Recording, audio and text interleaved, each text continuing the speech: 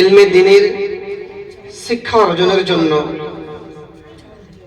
আজ নিজের বাপ মা, ভাই বোন, পাড়া প্রতিবেশী, আত্মীয় স্বজন সকলকে ছেড়ে দিয়ে আজ এই জায়গায় পড়ার জন্য তোমরা সকলে এসেছো। সবচেয়ে বড় কুরবানি হলো যে আব্বা মাকে না দেখে মাসের পর মাস কেটে যায় এই জায়গাটাতে। এটা হলো সবচেয়ে বড় কুরবানি। তোমাদের মতো হাজারো বাচ্চা ছেলে, হাজারো ছোট ছোট ছেলেরা তারা বাপ মায়ের কাছে এই শীতের রাতে কাঁথা মুড়ে ঘুমায়, কিন্তু আজ তোমাদেরকে আল্লাহ এত বড় নসিব পালা করেছে, এত বড় মকাম দান করেছে যে মাদ্রাসায় বসে যেই সময়টা ঘুমানোর কথা ছিল, যে সময়টা আরাম করার কথা ছিল, ওই সময়টা আরাম না করে, না ঘুমিয়ে ওই সময়টা কোরআনের জন্য কাজে লাগাচ্ছ। এটা যে আল্লাহ জায়া করে দেবে না।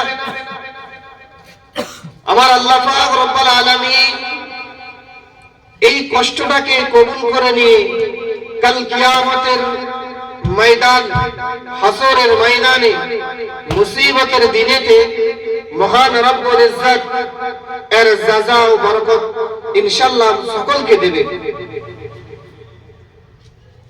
কেননা আজ আমরা কোথায় গুনাহ করেছি না করেছি আমরা কেউ জানি না, কিন্তু আল্লাহর কাছে রেকর্ড হয়ে রয়ে যাচ্ছে যে বান্দা কোথায় গুনাহ করলো, বান্দা কোথায় গুনাহ করে না, কোথায় নেকি করলো, কোথায় নেকি করে না, এটার পুরো রেকর্ড আল্লাহর কাছে হয়ে গিয়েছে।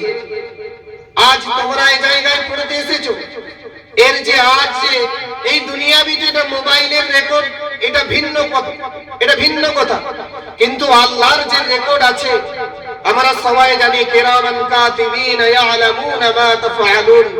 আমরা সকলে জানি যে দুইটা ফেরেশতা আছে, কিরামান কাতিবিনা, এই দুইজনের কাছে ভালো এবং মন্দের খবরটা লেখা হয়।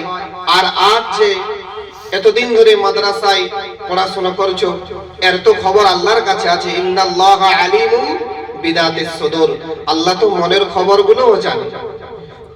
তার যে দুটো বাচ্চা ছেলে হাফেজ হয়েছে আলহামদুলিল্লাহ, তাদেরকে মন থেকে দোয়া করি যে আল্লাহ তাদেরকে এত বড় মাকাম দান করুন, যে মাকাম পেলে আল্লাহ আর আল্লাহর রাসূলকে যেন খুঁজে পায়, তাদেরকে না ভুলে যায়, এরকম মাকাম আল্লাহ তাদের সকলকে দান করুক। তার সঙ্গে সঙ্গে যে উস্তাদদের মেহনতে তারা শিখেছে, আল্লাহ তাদেরকে উচ্চ মাকাম দান করুক। সকলে বলি আল্লাহুম্মা আমিন।